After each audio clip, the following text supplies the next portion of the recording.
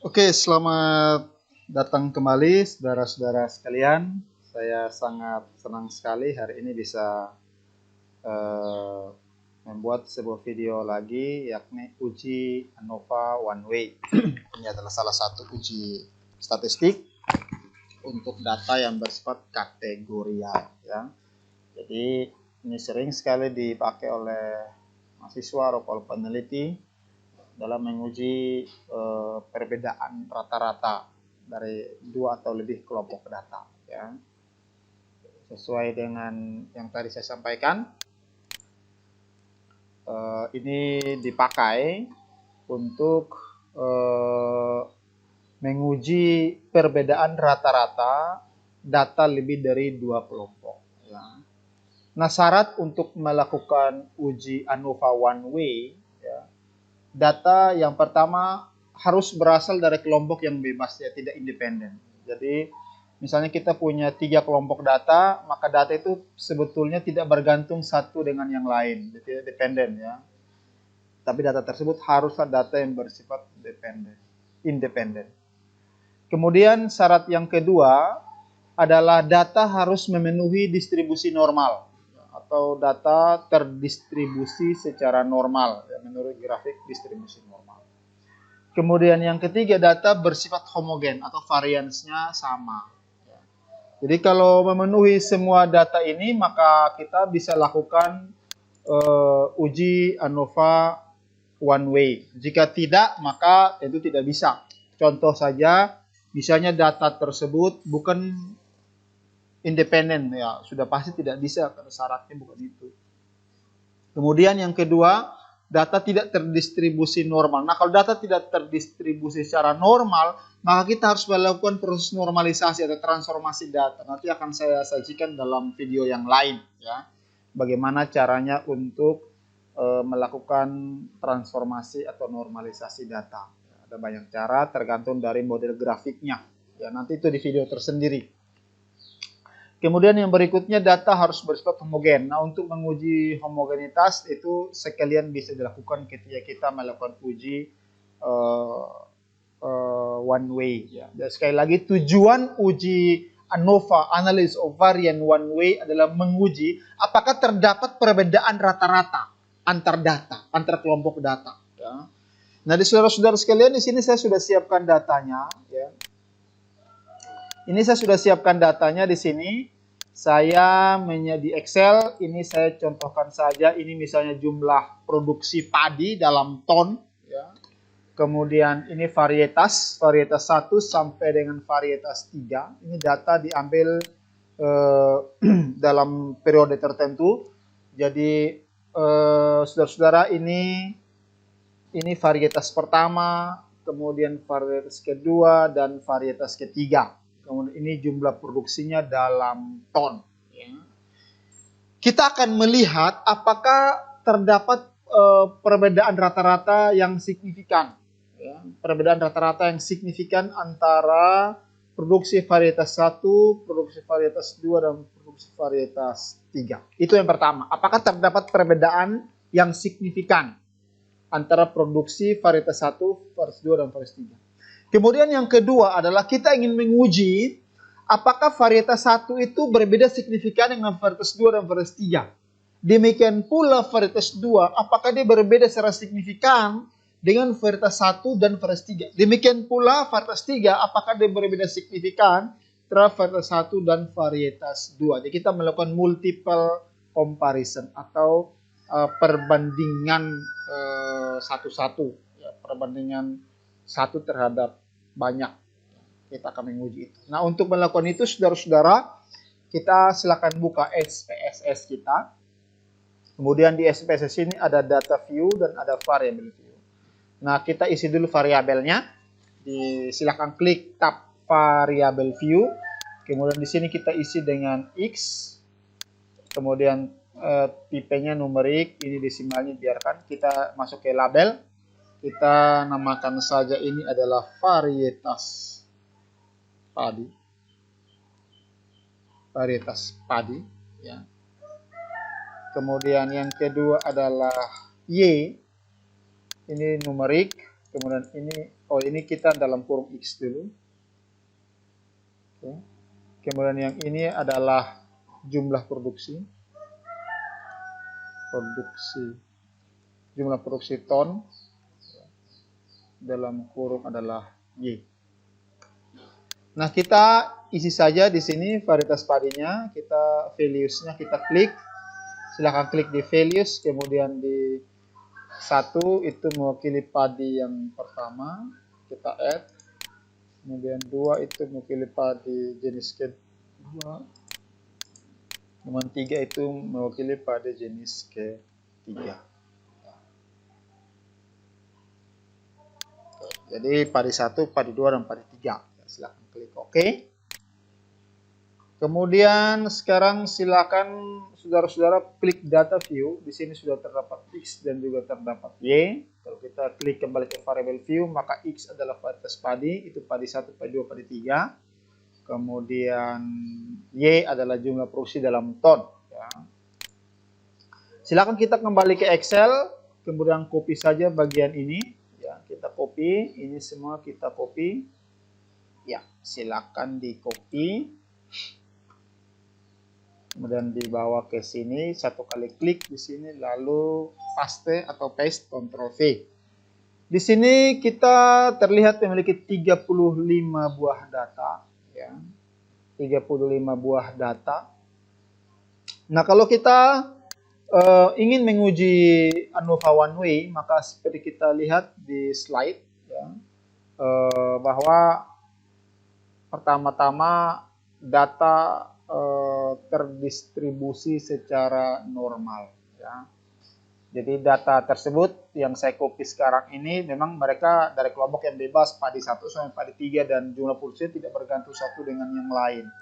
Cuma apakah data yang kita akan pakai ini terdistribusi secara normal. Oleh karena itu, tahap pertama dalam melakukan uji ANOVA one way adalah kita uji distribusi normal atau uji normalitas data.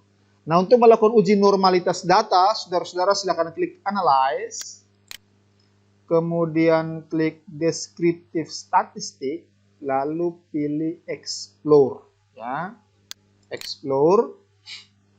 Kemudian ada dua bagian yang perlu diperhatikan di sini, dependent list dan factor list. Dependent list adalah variabel terikat. Biasanya variabel terikat itu pasti adalah Y, ya, Y adalah variabel terikat karena Y itu selalu bergantung dengan variabel X atau jenis padi.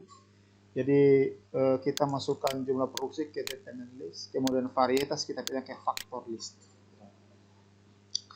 Kalau sudah, silakan klik plot, ya, silakan klik plots, lalu centang bagian normality plot, ya, centang bagian ini, ya. Kemudian ini dibiarkan saja, silakan lakukan, ya.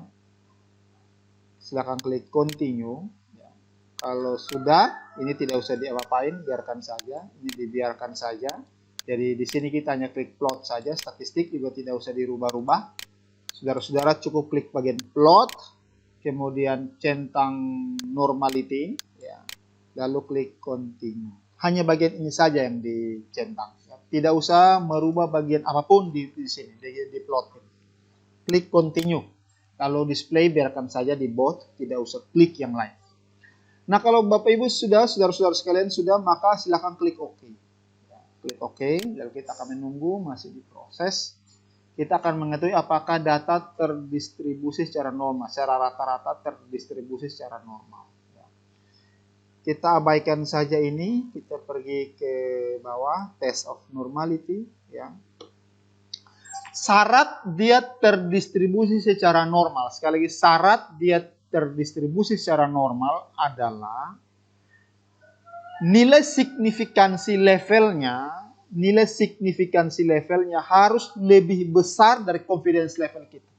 Confidence level kita tadi 0,05, 95%. Maka errornya itu adalah 5%.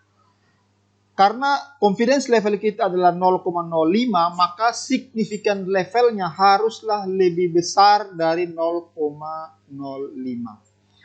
Nah, saudara-saudara sekalian, ada dua metode di sini. Yang satu Kolmogorov-Smirnov, yang satu Shapiro-Wilk.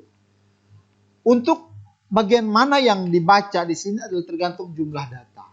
Ya, beberapa referensi itu menyatakan bahwa kalau datanya lebih kecil atau sama dengan 50 buah data, maka menggunakan Shapiro-Wilk. Kalau datanya lebih besar dari 50, maka silakan menggunakan Kolmogorov-Smirnov. Silakan kita lihat di bagian Shapiro-Wilk, signifikan levelnya. Padi 1 itu signifikan levelnya 0,129, lebih besar daripada 0,05.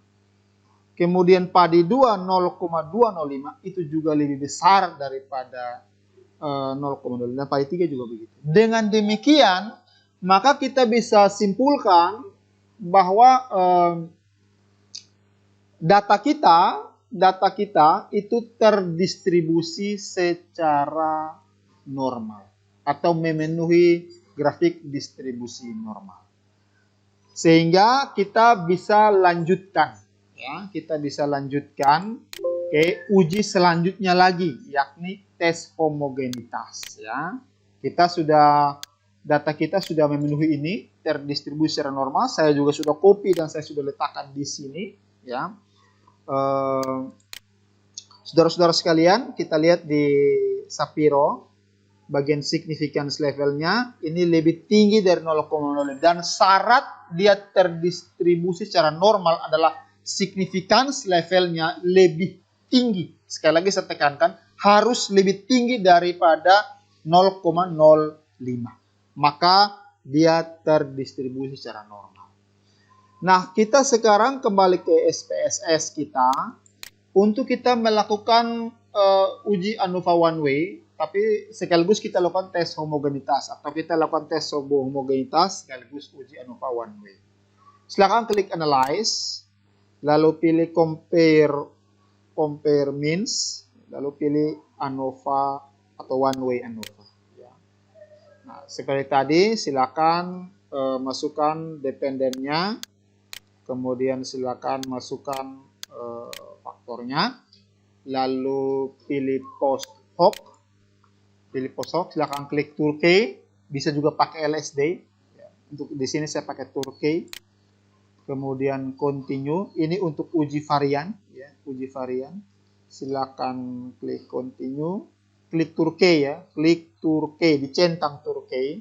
Kemudian klik continue. Signifikan levelnya biarkan 0,05. Artinya apa? Apa arti signifikan level ini? Nanti sebentar kita akan lihat di bagian uji varian atau uji homogenitas. Kalau dia lebih besar dari 0,05 maka kita katakan data tersebut homogen. Justru kalau lebih kecil dari 0,05 maka kita katakan data tersebut bervariasi atau tidak homogen. Klik continue. Kemudian sekarang klik option. Jangan lupa centang deskriptif dan juga centang homogeneity. Ya, bagian 2 ini dicentang. Normalnya tidak tercentang, saudara-saudara. Silakan dicentang deskriptif dan dicentang homogeneity. Ya. Lalu klik continue. Setelah itu tidak perlu lagi klik-klik yang lain. Yang bootstrap biarkan saja. Ya, tidak usah diubah-ubah apa-apa lagi. Yang dirubah cuma di post hoc dan option. Sekali lagi di post hoc, centang Turkey, itu metode untuk menguji varian. Signifikan levelnya biarkan saya 0,05. Klik continue. Kemudian klik option, dicentang deskriptif dan homogeneity of variant test. Klik continue. Nah, kalau sudah klik OK, maka kita bisa lihat hasilnya. Bagian yang pertama adalah kita lihat secara rata-rata, ya based on mean saja. Secara rata-rata apakah data tersebut homogen atau tidak homogen. Secara rata-rata ya, sekali lagi secara rata-rata. Kita lihat apakah signifikannya lebih besar dari 0,05. Nah, kalau kita lihat di sini, saudara-saudara, based on mean secara rata-rata, maka signifikannya 0,139. Itu lebih tinggi dari 0,05. Dengan demikian, maka kita bisa interpretasikan bahwa data tersebut bersifat homogen atau variannya sama. Sehingga kita bisa lanjutkan kepada uji ANOVA, ya, uji ANOVA. Di bagian ini semua saya sudah copy ke dalam PowerPoint ya. Saya sudah copy ke dalam PowerPoint. Ini uji normalitas, ini uji homogeneity ya. Ini pada bagian signifikan levelnya harus lebih tinggi daripada 0,05 supaya data dikatakan homogen. Nah, secara rata-rata based on mean, data signifikannya adalah 0,139, artinya lebih besar dari 0,05, artinya data tersebut homogen atau tidak bervariasi. Nah, tahap yang kedua adalah kita uji ANOVA. Kita bisa lihat, untuk kita melihat bahwa data produksi itu berbeda secara signifikan, maka signifikan levelnya harus lebih kecil dari 0,05 ya. Sekali lagi, tujuan uji ANOVA one way yang seperti di atas atau one way ANOVA tujuannya adalah menguji apakah jumlah produksi Y dari 3 kelompok data berbeda secara signifikan. Di awal kita sudah bilang, kita sudah lihat bahwa kita punya 3 buah padi, 3 varietas padi, padi A, padi B, padi C. Kita mau menguji apakah rata-rata padi A, padi B, padi C jumlah produksinya berbeda secara signifikan. Nah, berdasarkan uji ANOVA one way atau one way ANOVA, maka ya terbukti bahwa jumlah produksi dalam produksi Y itu berbeda secara signifikan. Ya, kenapa begitu? Karena nilai signifikan levelnya lebih kecil dari 0,05 atau nilai signifikans ANOVA yang kita hasilkan lebih kecil dari signifikans level 0,05. Dengan demikian kita katakan bahwa jumlah produksi antar ketiga padi itu berbeda secara signifikan. Nah, sekarang kita untuk detailnya kita bisa lihat satu-satu di perbandingannya. Kita bisa lihat padi A ya. Padi A dibandingkan terhadap padi B dan padi C. Nah, ternyata kita lihat saja yang bagian bintang ini ya. Kita lihat di bagian bintangnya, oh bintangnya ternyata significance level 0,026. Artinya lebih kecil dari 0,05. Maka kita bisa katakan bahwa padi A berbeda secara signifikan dengan padi B. Ya. Padi A berbeda secara signifikan dengan padi B, tapi padi A tidak berbeda signifikan dengan padi C. Kenapa? Karena signifikan levelnya 0,833 atau lebih besar dari 0,05. Ya. Nah, padi B terhadap padi A juga sama. Di sini 0,026, artinya padi B juga berbeda signifikan dengan padi A, tapi padi B tidak berbeda signifikan dengan padi C. Kenapa? Karena padi B terhadap padi C signifikan levelnya 0,077. Ya. Padi C tidak ada perbedaan signifikan terhadap padi A dan padi B. Saudara-saudara, di sini kita sudah bisa perhatikan bahwa ternyata yang berbeda secara signifikan itu cuma padi A dan padi B. Tapi padi A terhadap padi C itu tidak berbeda secara signifikan. Demikian pula padi B dengan padi C tidak berbeda secara signifikan. Artinya ya hanya padi A dan padi B yang berbeda secara signifikan. Nah, saudara-saudara, demikianlah uji ANOVA one way ANOVA kita kali ini. Semoga bermanfaat.